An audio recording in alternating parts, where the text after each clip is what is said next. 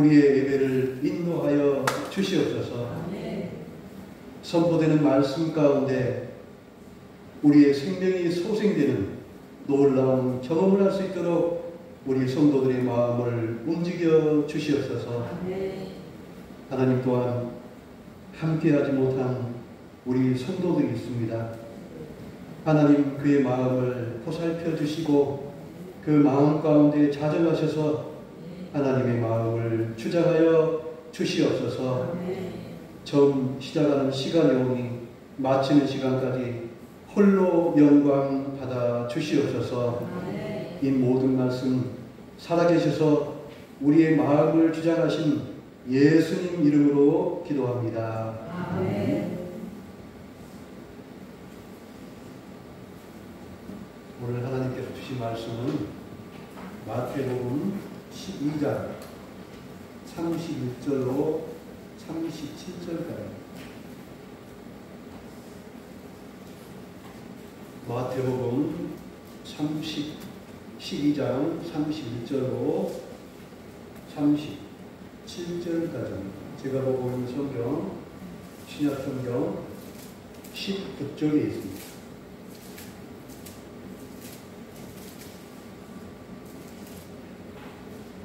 마태복음 12장 31절로 37절까지.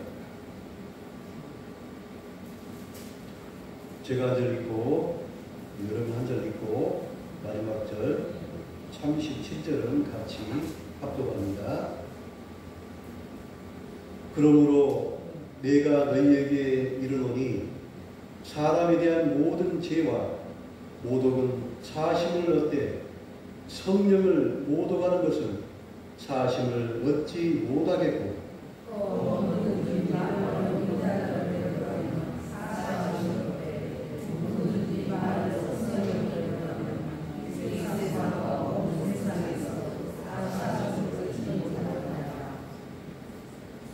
나무도 좋은 열매도 좋다 하든지 나무도 좋지 않고 열매도 좋지 않다 하든지 하라.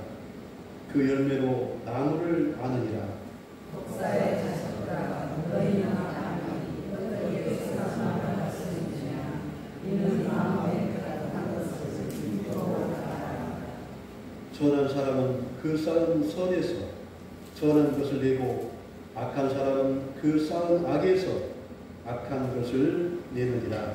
내가 너희에게 이르노니 사람이 무슨 문제가 말하는지 심판하되 함께합니다. 내 말로 무릎담을 받고 내 말로 정죄함을 받으리라. 아멘. 지난 시간은 예수님과 바알을 비교했는데 오늘은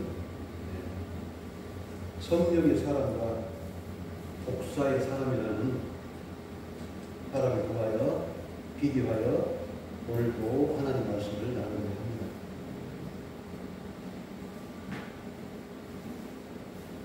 저는 어제 한 5시 정도 됐는데 모르는 전화가 이렇게 와서 이게 전화를 받아야 될지 말아야 될지 고민하다가 혹시 몰라서 전화를 받아봤습니다.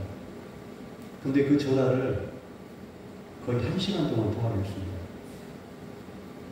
전화를 하신 분은 제가 익명을 하겠습니다. 이름은 밝히지 못합니다. 그런데 그분이 어렸을 때에 대립교회를 출석하면서 신앙을 또 이렇게 믿음 생활을 통하여 도시에 나가서 지금도 믿음을 지키고 있는 아주 신실한 권사님이셨습니다. 근데 그 권사님께서 하시는 말씀 중에 제가 참 은혜를 받았습니다. 우리 후반교회가 하나님께 칭찬받는 교회구나. 또 하나님께서 우리 교회를 참 아주 사랑해 주시는구나. 우리는 우리 스스로 우리가 잘한다고 이야기를 할 수 없잖아요. 근데 그분을 통해서 하나님께서 말씀하신 것 같았습니다. 그분의 칭찬은 참 여러 가지 있습니다. 첫 번째로 자기가 기대도 안 했는데 후반기에 오니까 소리내어 성경을 봉독하더라는 것입니다. 도시교회에서는 찾아볼 수 없는 문화입니다. 두 번째로 우리 2부 예배 때, 오후 예배 때 그렇게 신명나게 장구를 치면서 기쁨으로 예배를 드리는 모습을 보고 너무너무 저희가 은혜를 받았답니다. 여러분 지금 우리가 예배 드리고 있는 것, 또 우리가 지금 찬양하고 이게 불러서 하나님께 영광 돌리고 있는 것이 우리가 볼 때는 그냥 우리 일상생활일지 모르겠는데 다른 분한테는 이게 은혜라는 것입니다. 참 놀랍죠? 그래서 그분이 저에게 기도 부탁한 내용이 뭐냐면 어머니를 전도하고 싶은데 말을 잘 안 듣는다는 거예요. 어째 그렇게 고집들이 센지 모르겠습니다. 그래서 기도 중에 목사님께 기도를 부탁드립니다. 그래서 제가 새벽에 반드시 기도하겠습니다 하고 약속을 드렸는데 그분께서 또 은혜의 감동을 통해서 후각교회를 섬기고 싶대요. 어떻게 섬기면 좋겠냐고 저한테 물어봐서 저도 말을 못하고 있는데 마음 가운데 우리 후각교회를 물질적으로 섬기고 싶답니다. 네, 그래서 제가 장로님한테 말씀드리고 그분 계좌번호 불러드렸는데 모르겠습니다.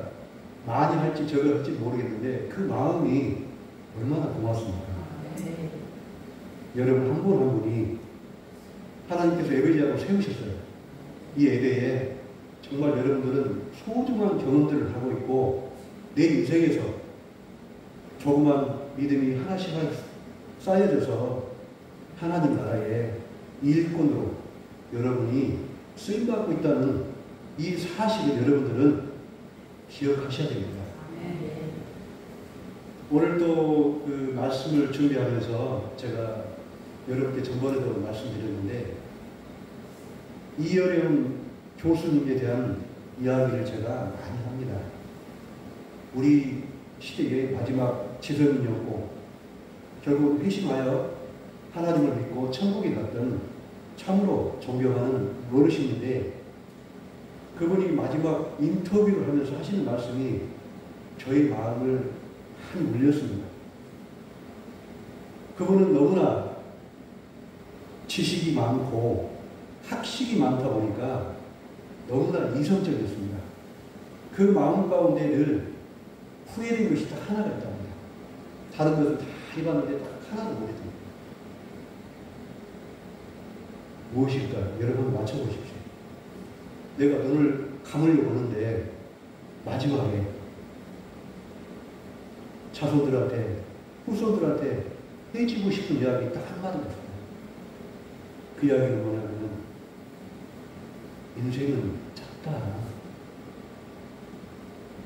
사람이라는 그 두 단어를 이야기해 주세요. 여러분 우리 인생이 그렇게 길지 않습니다. 여러분 옆에 계신 한 분 한 분 얼마나 소중한지 자 앞뒤 좌우로 사랑합니다 하고 시작합시다. 사랑합니다. 사랑합니다.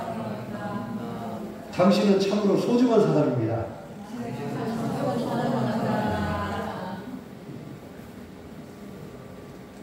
우리가 다른 지역에 태어났어도 타이드에 태어났어도 얼마나 오늘도 제가 어르신들하고 잠깐 이런 이야기를 했는데요. 하이도에는 이제 비전이 없습니다. 목사님. 어디 도처나 도시 인지가 나오면 빨리 가십시오 그러더라고요. 그래서 제가 반대로 이야기해서 저는 여기서 어떻게 할 겁니다. 하이도를 제가 너무 사랑합니다. 그리고 제가 하이도에서 할 일이 아주 많습니다.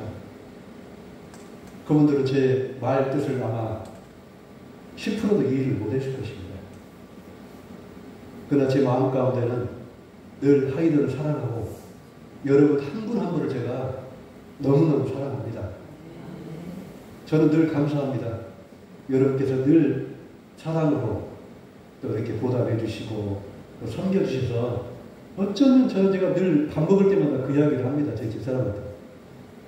여보, 이렇게 우리가 잠 먹어도 돼? 이렇게 우리가 사랑받아도 되냐고 저는 늘 반문합니다. 그래도 여러분, 그 사랑을 매일 주셔도 됩니다. 네, 저도 매일 사랑하겠습니다. 오늘은 참 깊이가 너무 있는 이야기입니다. 이게 깊이에 들어가면 한도 없이 들어갈 수 있는 오늘 본문인데, 마태복음 12장 31절 37절 말씀은 예수님께서 바리새인들과 논쟁 중에서 하신 매우 강력하고 강인한 중대한 말씀으로 예수님께서 바리새인들에게 신성 모독죄를 고발하고 있는 내용입니다. 그래서 예수님께서는 뭐라 그럽니까? 바리새인들을 독사의 자식이라고 이야기합니다. 왜 독사의 자식이라고 이야기했을까요? 저는 말씀을 묵상하면서 창세기를 떠올랐습니다. 아담과 하와를 깨워서 죄를 짓게 한 장본인이 누구였습니까? 뱀이었잖아요. 오늘도 똑같은 형태로 예수님께서 바리새인들을 독사라고 이야기합니다. 왜 독사라고 이야기했을까? 한 번 더 깊게 생각해 보면 저는 이런 묵상을 해봤습니다. 바리새인들은 그 당대에 가장 권위 있는 학자이며 제사장이며 그 시대의 영적인 리더였습니다. 그 영적인 리더가 어떻게 예수님께서 독사의 자식이라는 그 극악무도한 욕을 얻어먹었을까 하는 내용입니다. 저는 이렇게 한번 묵상해 봤습니다. 사람의 마음을 움직이고 사람을 뒤에서 조종하고 눈멀게 하고 바로 보지 못하고 바로 생각하지 못하게 우음이나 정책을 썼던 사람이 누구냐? 바리새인이 아니었나는 그런 생각을 해봤습니다. 어떻게 해요? 지식적으로, 종교적으로, 권력으로, 경제적으로 이스라엘 백성들을 눈 멀게 한 사람이 누구냐? 바리새인이었다는 것입니다. 저는 통회하는 마음으로 오늘 우리 한국교회, 저는 목사님들이 바리새인이 아닌가 저는 통렬하게 반성해 봅니다. 다른 신학을 가르쳐야 할 목사님들이 엉뚱한 인본주의 신앙으로 교회가 물들게 하고 예배가 이벤트화 되어서 어떻습니까? 감정에 호소하는 이런 예배를 드리고 있는 현실을 바라봤을 때 저는 매우 안타깝습니다. 저는 어제 전화 주셨던 분이 왜 그런 이야기를 했을까? 왜 후반교회를 그렇게 칭찬하고 은혜를 받았다고 이야기했을까? 반대로 이야기하면 자기 교회에서 볼 수 없는 내용들을 문화를 우리 교회에서 경험했기 때문입니다. 그 이야기는 뭐냐면 도시교회는 사랑과 은혜가 메말라 있습니다. 얼마만큼요? 내 마음을 털어놓지 못할 만큼 메말라 있습니다. 제가 이야기를 여러 번 했습니다.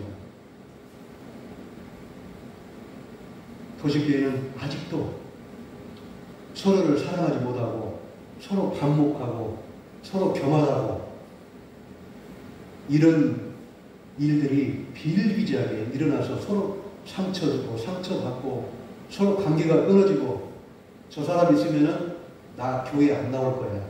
나 다른 교회로 갈 거야. 다른 교회 가면 그런 사람이 없을까요? 똑같이 또 있다. 10명이 모이면 가려주다가 한 명이 꼭 있다는 것입니다. 그래서 예수님께서 바리새인들을 독사의 자식이라고 일관하는 것입니다.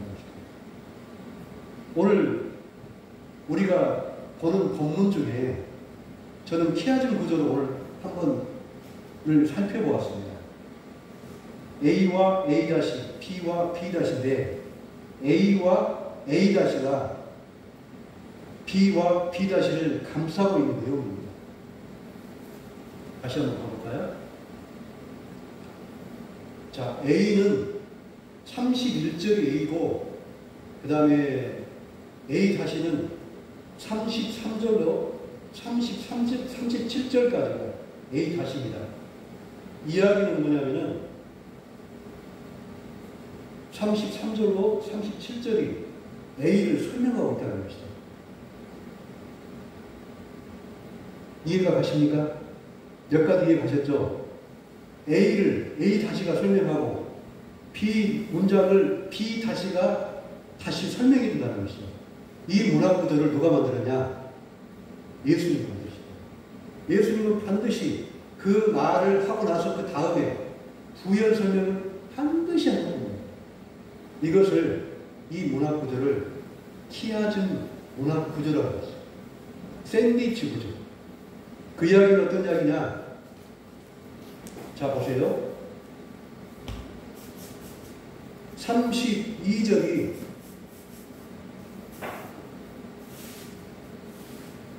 자, 우리 32절 한번 다시 볼까요?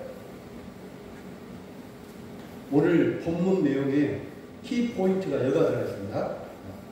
자, 같이 합독합니다. 또 누구든지 말로 인자를 거역하면 사심을 얻되 누구든지 말로 성령을 거역하면 이 세상과 오는 세상에서도 사심을 얻지 못하리라. 32절의 키포인트에 단어들이 있습니다. 자, 거역하다 단어하고, 그 다음에 성령하고 사심입니다. 사심. 거역하다, 사심, 성령, 사심. 여기에서 가장 키포인트는 성령입니다. 성령. 권사님 나중에 잡으십시오. 네? 자, 또 누구든지 말로 인자를 거역하면, 자, 이 거역하다 이 단어를 우리가 히브리 원어를 찾아보니까 거역하다는 이야기는 뭐냐면 비난하다, 힐난하다, 그 사람 말을 곧이곧대로 듣지 않고 비난하는 것을 거역하다는 이야기입니다. 그 다음에 사하심을 받지 못하다는 이야기는 무엇입니까? 사하심을 받지 못한다. 죄를 용서받지 못한다는 이야기입니다. 자, 누구든지 인자를 거역하면, 이 인자가 누굽니까? 예수님을 거역하면 사하심을 받을 수 있어도 성령을 거역하면 어떻게 해요? 그 죄를 사하심을 못 받는다는 거예요. 오늘 키포인트가 이야기예요. 그렇다면은 성령을 거슬려 말하는 자는 사하심을 받지 못한다. 그렇다면 우리가 성령에 대한 이야기를 많이 하잖아요. 성령의 은사가 무엇입니까? 성령의 은사. 제가 전번에 그 이야기를 한번 했습니다. 하나님, 예수님, 성령님, 삼위일체 하나님이시라고 하죠. 근데 성령님은 어떤 역할을 한다고요? 하나님께서 예수님을 통하여 이 땅에 구원하셨는데 그 구원의 보증으로 누구를 보내셨어요? 성령님을 보내셨다는 것입니다. 다시 말해서 성령님을 거역한다는 이야기는 하나님을 거역한다. 하나님을 거역한 것을 성령님을 거역한다는 이야기입니다. 그래서 성령님의 은사가 고린도전서 12장 4절 11절에 이렇게 이야기합니다. 어떤 사람에게는 성령으로 말미암아 지혜의 말씀을, 어떤 사람에게는 같은 성령에 따라 지식의 말씀을, 지혜와 지식과 다른 사람에게는 같은 성령으로 믿음을, 지혜와 지식과 믿음과 어떤 사람에게는 한 성령으로 병 고치는 치유의 은사를, 어떤 사람에게는 능력을 행하고 어떤 사람은 예언의 사람, 어떤 사람에게는 영들을 분별한다는 것입니다. 이런 분 계십니다. 한 번 사람 딱 보면은 이분은 예수 믿는지 안 믿는지를 바로 알아요. 그리고 이분을 딱 붙어보면은 이분은 거짓말 많이 한 사람, 남을 속이는 사람 금방 한 사람 있어요. 영적 분별력이 너무나 뛰어난 사람 있어요. 이것이 그냥 없을까요? 하나님 은사라는 거예요, 이것이. 어떤 사람은 각종 방언을 받습니다. 방언의 은사가 있잖아요. 방언의 은사가 있는데 방언을 또 해석하는 은사가 있어요. 그 다음에 어떤 사람이 방언을 통역함을 주시나니 이 모든 일은 같은 한 성령이 행하시라 그 뜻대로 각 사람에게 나누어 주십니다. 성령의 은사가 있습니다. 그런데 우리에게 성령의 은사가 또 있어요. 성령의 열매, 성령의 은사가 있는데 또 성령의 결과가 있습니다. 내가 성령을 받아서 늘 기쁘고 그 은혜에 감격하여 늘 은혜가 충만해요. 성령이 늘 충만해요. 그 결과로 우리는 어떻게 이야기했습니까? 갈라디아서 5장 21절, 23절 말씀 이렇게 이야기합니다. 오직 성령의 열매는 사랑이라고 해요. 사랑. 성령이 충만하면은 내가 사랑이 넘쳐난다는 것이죠.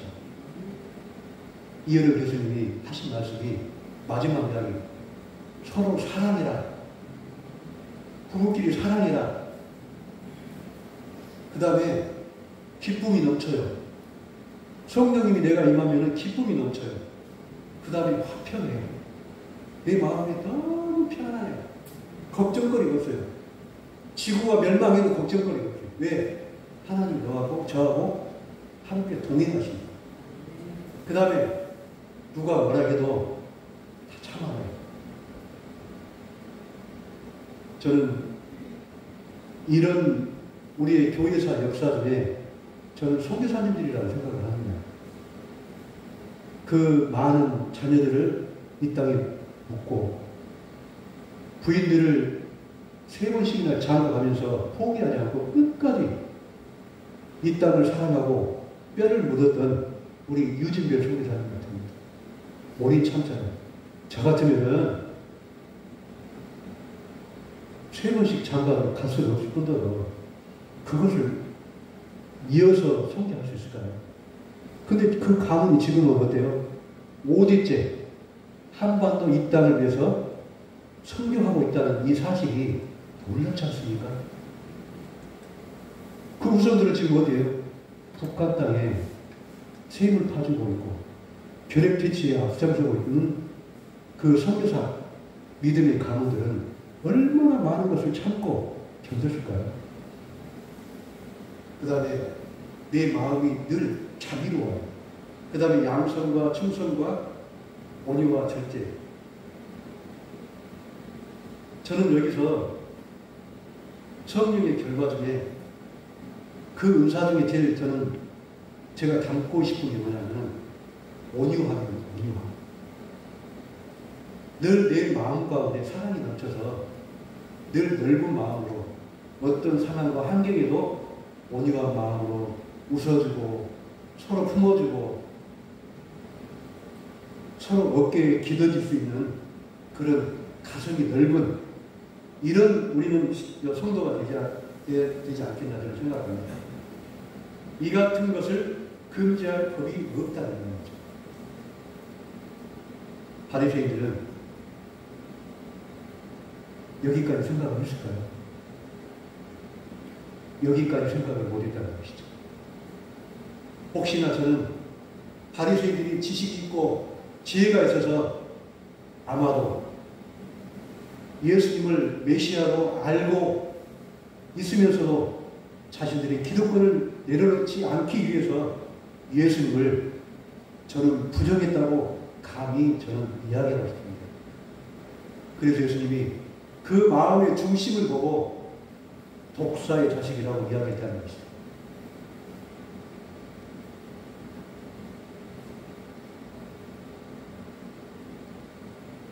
오늘 하나님께서 성령의 사람과 독사의 사람에 대한 말씀의 의도와 목적이 무엇이었을까요?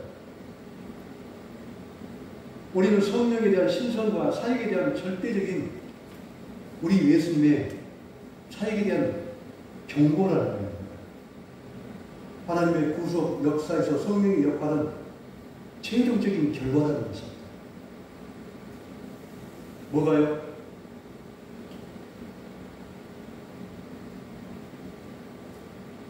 우리에게 사랑이 넘치는 마음과 희락과 화평과 오래 참음과 자비와 양성과 충성과 온유와 절제가 성령의 최종적인 결과라는 거예요.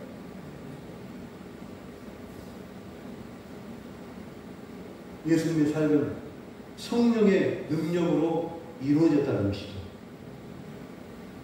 따라서 성령의 역사를 악의 것으로 규정하는 것은 진리를 악으로 의도적으로 왜곡하는 행위였다는 것입니다. 회개할 수 없는 죄의 상태로 빠지게 만든다는 것이다. 이 역할을 누가 했냐? 바로 바리새인들이 했다는 것입니다. 두 번째로 말의 중요성에 대한 떼우침입니다. 하나님의 외적인 종교 행위보다 한 사람의 마음에서 우러나온 본질을 중요하게 보신다. 하나님 우리에게 어떻게 말씀하십니까? 나는 너의 중심을 보시겠다는 거예요. 하나님은 우리의 신앙, 우리의 믿음의 중심을 보시겠다는 것입니다. 세 번째로 회개에 대한 긴급한 촉구입니다. 하나님께서 바리새인들에게 독사의 자식이라고 일갈했는데도 불구하고 바리새인들은 끝까지 예수님의 마음을 아프게 하고 끝까지 예수님을 법정에 세워 십자가에 못 박혀 돌아가시게 한 장본인이 바로 바리새인들이었다는 것입니다. 예수님과 성령의 사역을 올바르게 인식하도록 회개할 기회를 주기 위한 목적이 있었다는 것이죠.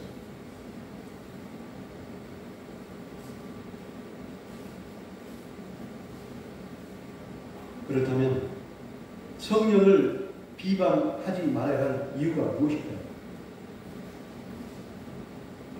마태복음 12장 32절로 누구든지 말로 인자를 거역하면 사하심을 받되 누구든지 말로 성령을 거역하면 사하심을 받지 못하나니 이 세상과 오는 세상에도 사하심을 얻지 못하리라고 말씀하십니다. 성령님은 하나님의 본질적인 나타내십니다. 성령님은 누구라고요?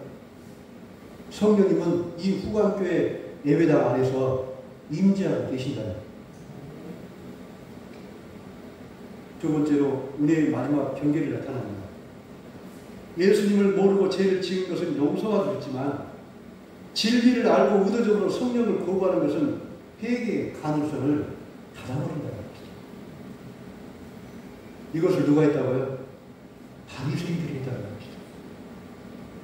우리 마음 가운데 바로 이런 마음이 있다면 우리는 반드시 회개해야 됩니다. 의식적이고 거의적인 거부를 의미합니다. 이는 마음이 완전히 굳어져 더 이상 하나님의 음성을 듣지 못하는 상태로 이어질 수 있다는 것입니다. 성령님을 부정하고 예수 그리스도를 부정했던 저 바리새인들의 굳어버린 그 마음이 오늘날 내 마음이 되지 않기를 간절히 기도합니다. 우리는 때때로 어렵고 힘들 때도 있습니다. 때때로 세상의 유혹에 넘어질 때도 있습니다. 그러나 우리는 성령과 동행함으로 예수 그리스도를 구주로 믿고 한 분만 바라보는 우리의 구원의 중보자가 예수 그리스도를 우리를 통하여 영광받은 그 날을 위해서 우리는 늘 우리를 붙잡고 성령님의 옷깃을 붙잡고 동행하는 삶을 살아가기를 주의 이름으로 축원합니다. 기도하겠습니다.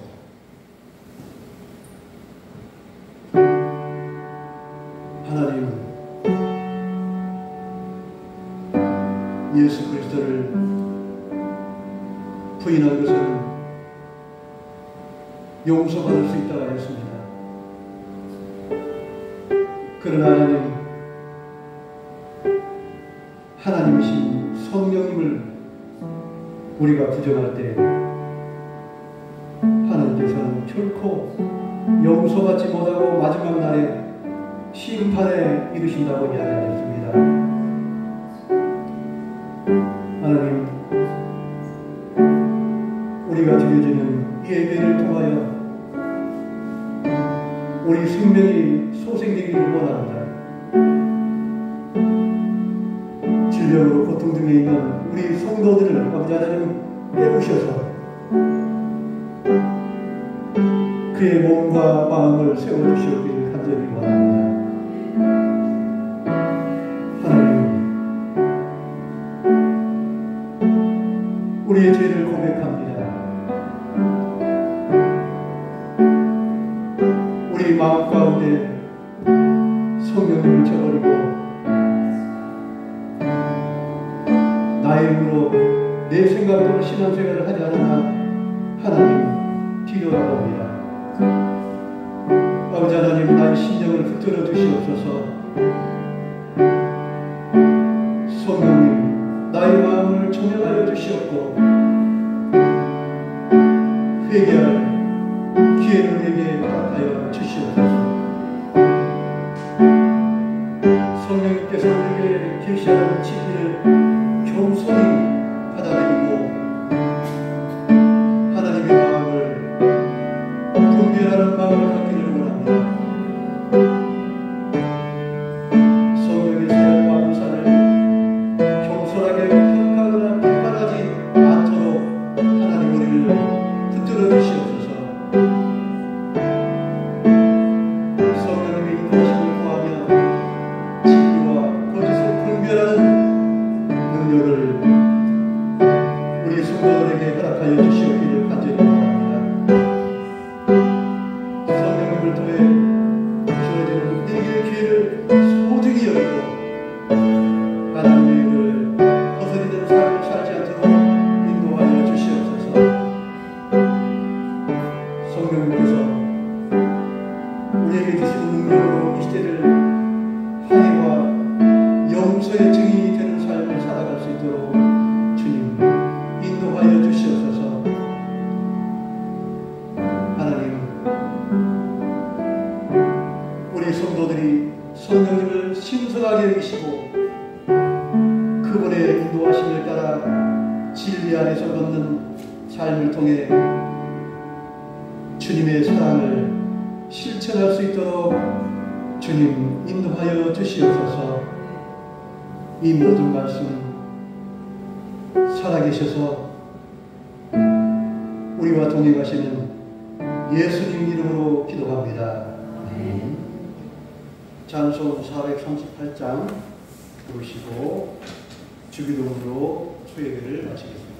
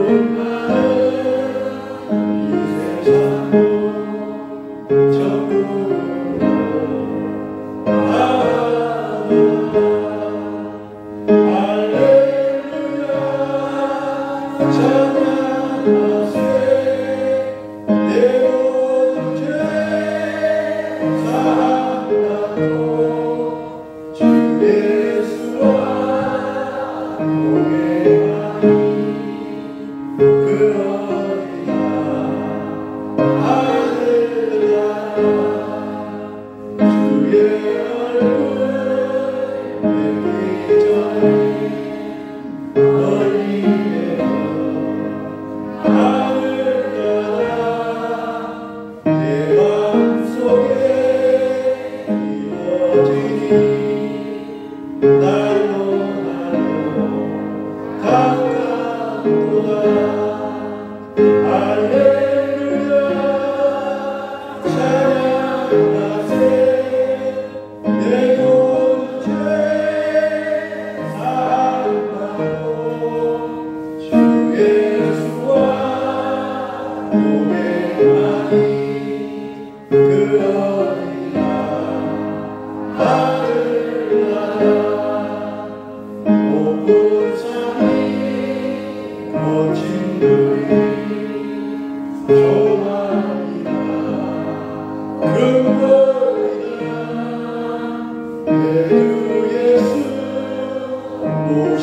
곳이